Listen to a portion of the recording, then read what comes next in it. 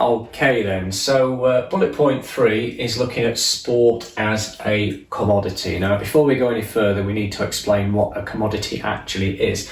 So basically, a commodity is a product that can be bought or sold, and that's normally done to try and make a profit. How does that work in reality then? Well, let's, for example, look at something like the rights to Premier League football. So the Premier League teams are able to sell their rights, the right to be able to show their games to media companies. So all of them get together every few years and they work out roughly how many games they're going to allow to be shown on TV, and they basically let the TV companies bid to be allowed to show the games. And then at the end of it, they normally announce a big multi-million pound, sometimes over £1 billion contract with a media company who will pay them to be allowed to show a certain number of games over a certain number of seasons. Basically, what's happened there is they've turned football into a product that can be purchased, that can be bought by the media companies, which they will then show on TV. Now, the reason they want to show it on TV is because they're hoping they'll be able to make a profit out of it. They can make a profit by selling people like you, people like me, their sports packages, but also a lot of the money for the media companies is going to be coming from the sponsorship and the advertising. So as soon as somebody like Sky Sports announce that they've got all the Premier League games on their channel, there's going to be companies coming left, right and centre, ringing them up, emailing them saying, can we have our advert on just before kick-off? Can we have our advert on at half-time? Can we have our advert on right at the end? And all these companies will pay loads and loads of money to the media companies. So for the media companies, sport's very much a commodity. It's something that they can buy, they can show, and then they can make money out of. Okay. Sport's also a commodity for the professionals that are actually playing. So if you are a professional athlete or a professional sports person, your career, your income, your livelihood is sport, and you're absolutely dependent on that sport putting food on your table and paying your bills and things for you. Now, the way that works is that basically the sport is sold to consumers. A consumer is somebody who comes to watch that game or is in some way involved in giving that particular sports club money. Let's pick a simple example. A Derby County player, something like that. They might have just come out of the academy and now they're playing in the first team, and they'll be being paid a certain amount per week. Okay, and that's their income, that's their livelihood. The reason they're allowed to be paid that money each week is because the club is making money from consumers. So the consumers are the fans who are coming through the turnstiles and buying tickets and buying season tickets. That's all going into the club.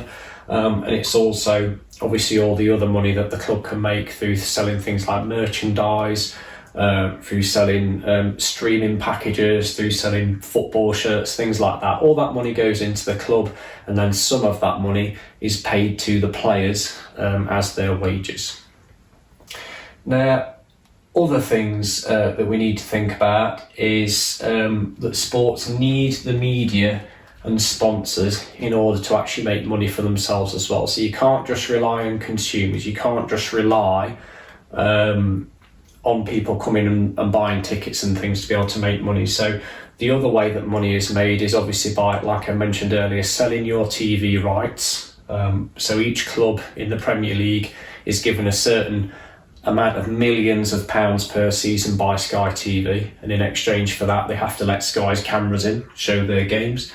And the other thing is obviously all the sponsorship, because if once this stuff is on TV, and this counts for any sport, once a sport is on TV and companies know that it's going to be shown on TV and therefore there's going to be a lot of people watching it, the sponsorship companies then all want to come in because they want their adverts and their sponsorship and stuff shown alongside these events because they know there's going to be a lot of people watching. Example of that might be something like Domino's Pizza. Domino's Pizza pays Sky and BT Sport millions and millions of pounds so that just before the football matches or the events start, they have an advert that comes on around the side of the pitch on the billboards that says, order your pizza now for half time. Okay, and basically what will happen as a result of that, there'll be tens of thousands of people, possibly millions of people all over the country watching that particular sports fixture. Even if 1% of them then pick up the phone, go on the Domino's app and order a Domino's pizza, that's going to have paid for Domino's advert probably 10 times over and made Domino's Pizza loads of profit as well. Okay, so the sponsors are very, very keen to get themselves in there and be shown alongside these sports events. And basically, some of that money therefore kicks back to the clubs, and that money can then be spent on buying better players, paying players' wages, things like that. Okay. Another way that sport is a commodity is that for some people, it's a product that can be kind of bought and sold almost like a bit of a status symbol. So we're talking about really, really, really rich people now. So some of the really rich owners of football clubs, if you pick somebody like Roman Abramovich, who owns Chelsea, when he bought Chelsea a long time ago now, he put loads and loads of money into the club. He's a billionaire, so he can afford it, but he's put millions and millions of pounds into the club over the years, and the club doesn't necessarily make a profit. So a lot of his money that he's putting into the club to keep them going, or for them to get really good players in, he doesn't really get anything back for it. For people like him, it's just the status of being able to say, I own this massive football club, that's mine. It's a little bit like you or me, going out and buying like a nice watch or something like that. Or if you win the lottery or something, you might go out and buy yourself like a sports car or a yacht. Well, if you're a billionaire, you can afford to go out and buy yourself an entire football club.